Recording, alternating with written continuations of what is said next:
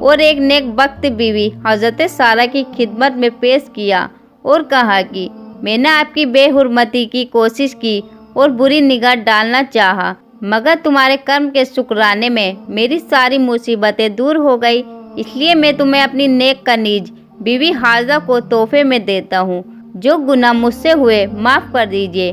بیوی حاضرہ کے لیے ابو ہریرہ نے فرمایا، اے آسمان کے پانی جیسی پاک باز ماؤں اور باپوں کی اولاد، یعنی عرب والے، یہ عزیز ہستی تمہاری والدہ محترمہ ہے۔